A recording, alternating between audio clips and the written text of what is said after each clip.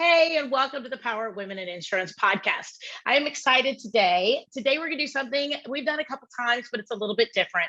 Today, we are talking about a specific topic: progress, not perfection. My name is Teresa Kitchens. I am thrilled to be able to be your podcast host today. And I want to welcome you into this place in which I know we can have a really, really great conversation about things that honestly I really struggle with. And I think it's something that a lot of people who are high performers also struggle with. So today we are talking about the topic of progress, not perfection. We're really, really pumped to be here, and welcome to the Power of Women in Insurance podcast. All right, everybody. So I want to talk to you a little bit today about our inner self-talk. Okay, no matter what we do inside the insurance industry, we need to show up every single day and bring our very, very best. That is about everything that we can do. That's for our clients, that's for our team members, that's for our corporations if we work for a carrier, or whatever it is that we are doing inside the insurance space. We need to show up every single day and give our very best. But how can we do that when some days the inside jibber jabber, the inside conversation gets a little bit crazy? And I know that we've had episodes here on the Power Women in Insurance podcast specifically about imposter syndrome.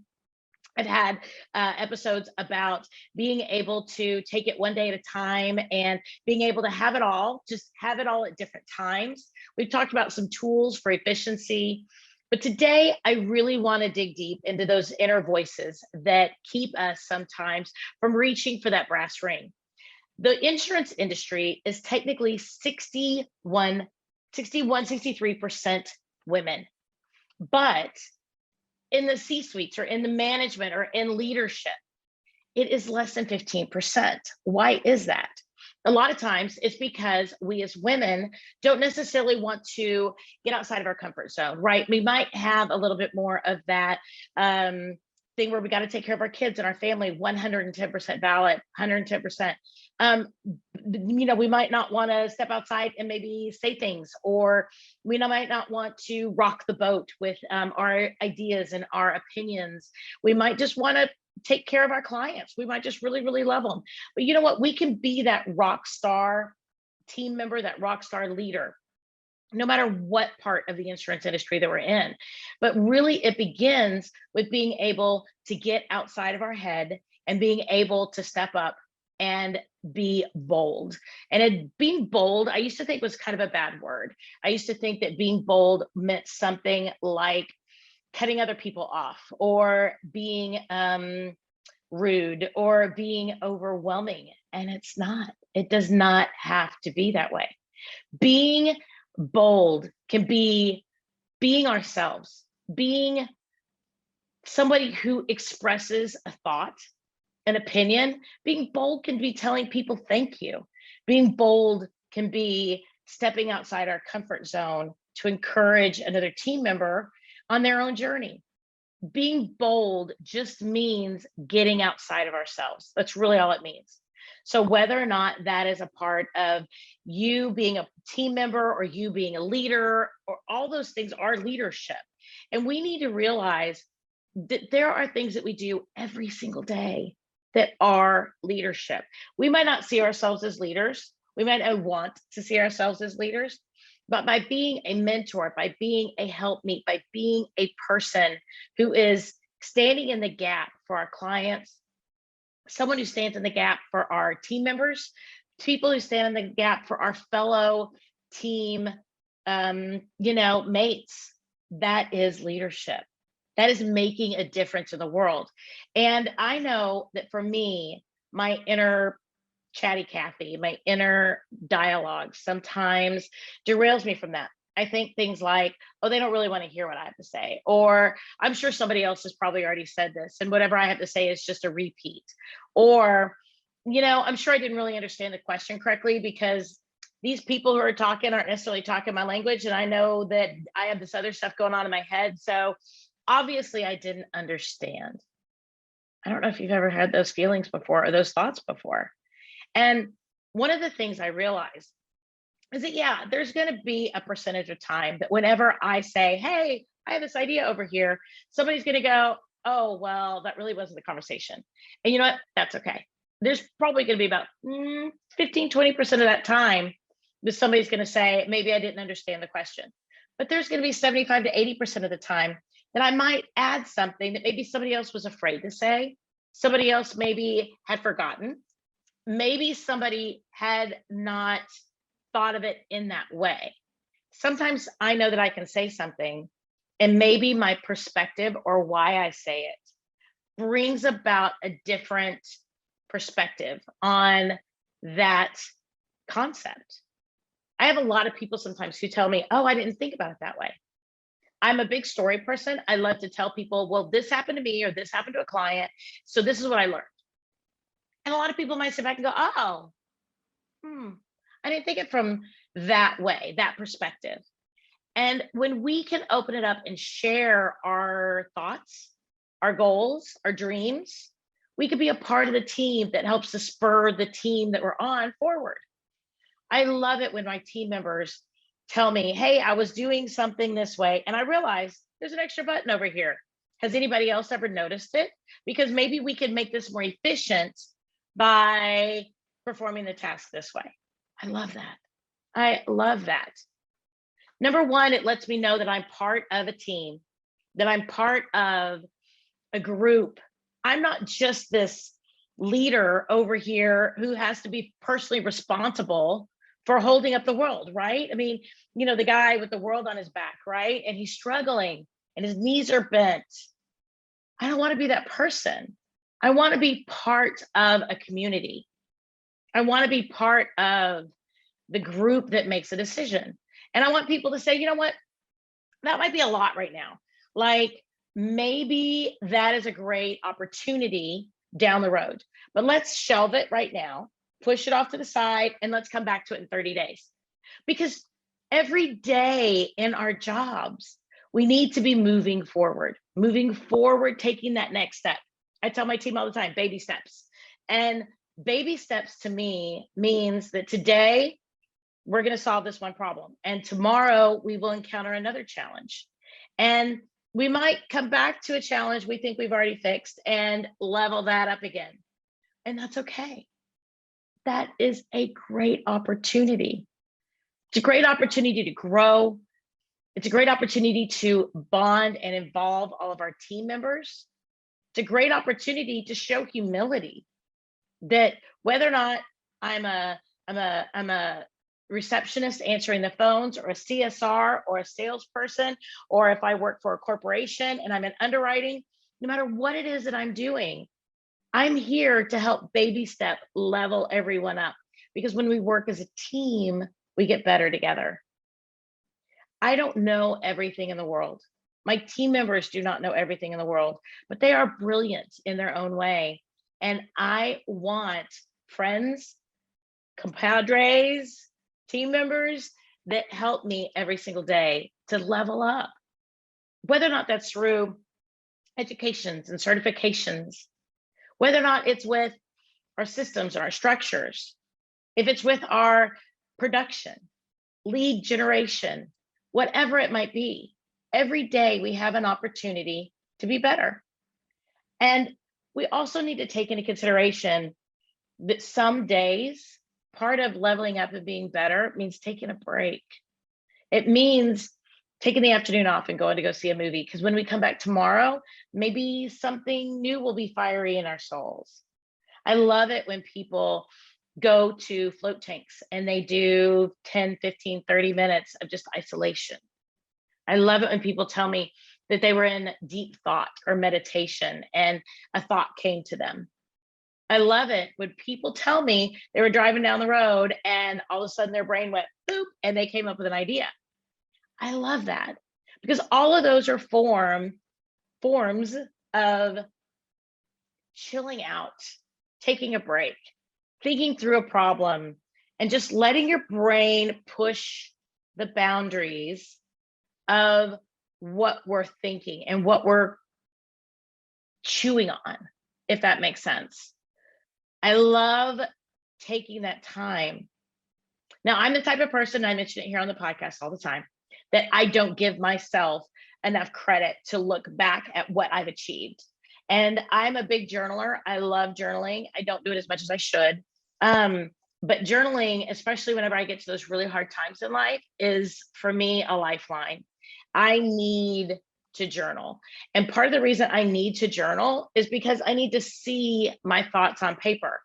And as I'm seeing my thoughts on paper, I can push those thoughts and say, this is not acceptable because this thought does not take me where I want to go. This is a great thought. Let's dream on this more. Let's think on this more. Let's explore this idea more. It allows me to analyze my thoughts a little bit more. It creates in me a self-awareness, journaling does. Same thing with meditation. Sometimes I'll try to meditate every day. And when I do meditate, sometimes my brain goes in weird different directions and I let it. It doesn't mean people get the idea that meditation means they have to quiet their mind, which is a form of meditation. But sometimes just letting our brain work on whatever it is it's working on is meditation. It is letting it, because by the time that it stops, then we just sit in peace and in silence. And sometimes answers come to us in that time. But if we don't allow ourselves the opportunity to let our brain free, run free, think free, feel free, our hearts to feel free. Sometimes we don't know if we're stuck in a job and we need to do something different. Sometimes it's those quiet times that inspiration comes to us, that maybe we want to go up and up our own agency. Maybe it's during those quiet times that we can explore our dreams of maybe if we want to have more children, maybe if we want to take a vacation and do something fun or treat our team in a certain way. Maybe it's in those quiet times that we can say that we're truly grateful for the people in our lives and the gifts that they give us. Maybe even just simple gifts like, I'm so excited I have somebody to answer my phones so I can go to the bathroom and not realize and not worry if my phones are not being answered. That's gratitude. Standing in a place where we realize the gifts that we're given is standing in gratitude. I know that every night before we go to bed, my husband and I would say 3 things we're grateful for. And it could be something as simple as, I lit a new candle today and it filled the house with my favorite scent is sandalwood. And I loved that smell during the day. And I've had that as one of my points of gratitude before. But being in a state of journaling or quiet and letting our mind wander and letting our mind dream and doing all those things allows us to take that next step of what I call a step of integrity, a step towards where we want to go, who we want to be.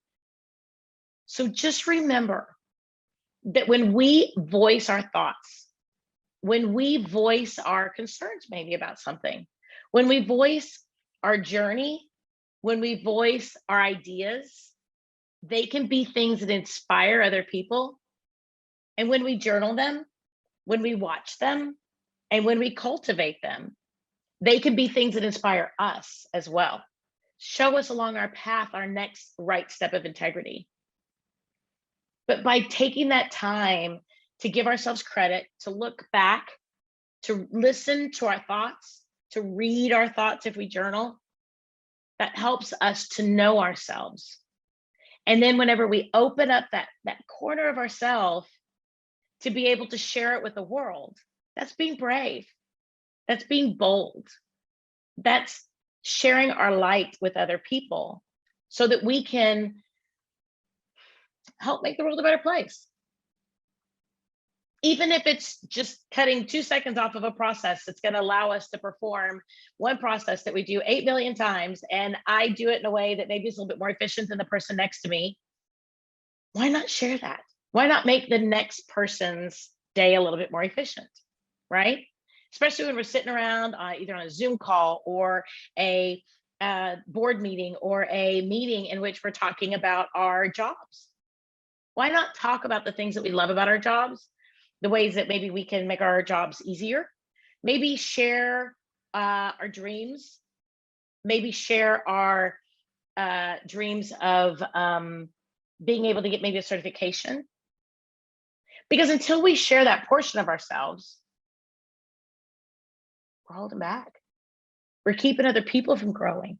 We're keeping other people from baby steps. We're keeping ourselves from baby steps. So even if for you, getting outside your comfort zone is something very, very small, like writing a thank you note to a team member, saying, hey, I just really appreciate that you grab the phone for me when I go to the bathroom or when I go to lunch. Hey, I just really want to say, I appreciate you for taking over the fact that you do those reports now. That's huge. Standing in gratitude, baby steps towards who you want to be and what you want to be. If you don't know who or what you want, that's okay too. Sometimes we have to be in situations before we look at other things and say, oh, I want that. But when we identify that we want that, let's go for it. Let's reach for that brass ring. But just remember, the brass ring is always something you have to reach for. You never actually achieve it. So when you're reaching for it, don't hold ourselves accountable for the idea that, oh, I started taking chances in, this year, and I really wanted to be at this point by this year. And if we haven't made it to that goal within a certain amount of time, it's okay. Think about the things you have accomplished in that amount of time. I am the queen of creating goals that are way too big for me, way too lofty. And I get very upset. Why didn't I achieve this by this date? They always say, a dream is something you want, but a goal is a dream with a due date, right? Well, I'll go ahead and I'll set a due date that I want to blank. And I make it a really, really, really big goal. And I've made really big goals before, and I've not made a lot more of them than I've achieved. But I do get the opportunity to sit back and say, but look what I did achieve. I might not have made this huge achievement, but I made this really good achievement. And this really good achievement maybe showed me that I want to go about actually achieving that goal in a different way. Remember, our lives, our businesses, our careers are breathing, living entities. Our families are living, breathing entities. And they have their own rhythm. They have their own breath. And each step shows us the next one. I love that years ago, there's a scripture version, and I don't usually go into religion or anything. I have kind of more of a spirituality mindset in my own way. But I love the term, the lamp unto my path. That every step, if we think about the fact that spirit of the universe or God is it's a lamp unto my path. Think about a lamp. A lamp usually only puts off enough light to show you one or two steps where you're going. They don't show you the entire path. They don't show you the entire yellow brick road. You follow the yellow brick road. You follow the lamp unto your path because it shows you the next step on your path. To me, that's progress, not perfection. We can't strive for perfection because perfection is different. My idea of perfection at 48.10 is, no, I'm sorry. Yeah, 48.10. Yeah, because I'll be 49 soon. But my version of perfection today is completely different from my version from perfection 2 years ago, 5 years ago, definitely from 19 years ago when I started my agency. So progress, not perfection. Each step is a step towards where we're going, and the path may diverge at some point, but we're not going to know that until we take the steps to where the path diverges. You might think that you are on the path right now to inherit an agency, right? Or to buy out an agency from your agency owner, right? And you are the agency manager, you know exactly what's going on in the agency, you want to buy it when they get ready to retire. Well, what if something in that process changes? Well, then you might decide to go open up your own agency or to do something different. But the key is you take that next step. You take the education opportunities. You take the opportunities to grow and to learn. You take the opportunities to lead meetings. You take the opportunities to go to conferences. You take the opportunities, and that's with an S. So that way, in the next moment, the next right step of integrity for you to be able to go on your next path or your next portion of your next path guides you in the right way. I hope that today I've helped you a little bit to be able to contemplate the idea of progress, not perfection. We are all on a path. And I don't mind the word journey. I had somebody once tell me that they hate the word journey. I don't hate the word journey. It's just a journey feels like it's never ending and it's exhaustive. I love the term path because my path is somewhere that I'm going, and it could change, it could diverge, it could be anything, right? But it doesn't necessarily mean that I'm going to miss an ending. When I get to the ending, I'm going to know that I'm there. And it might be that one path just changes and merges into another path. It doesn't mean that one path was right or wrong. One of my favorite quotes is from Alice in Wonderland. And if you're watching the video, I actually had a great person who actually sent me this. So this is a Cheshire cat.